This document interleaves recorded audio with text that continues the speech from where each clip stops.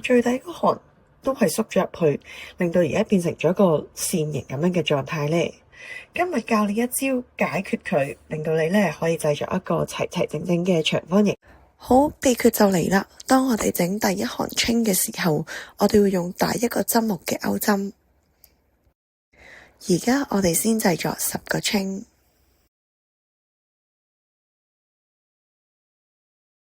然後我哋可以用返平時嗰個 size 嘅勾針做一個 turning chain。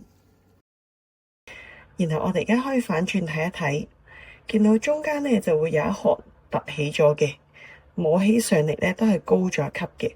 咁呢個呢就我哋要製作嘅 back loop 尾生啦。咁我哋呢就會直接將勾針插入呢個 back loop 度。側邊睇呢都會見到佢係凸起咗上嚟嘅，佢只係一條線嘅啫。然後就製作 single crochet。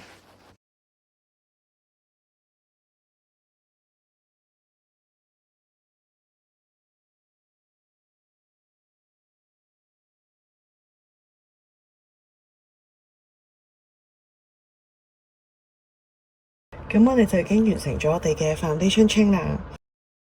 我哋製作多一行俾大家睇下個效果。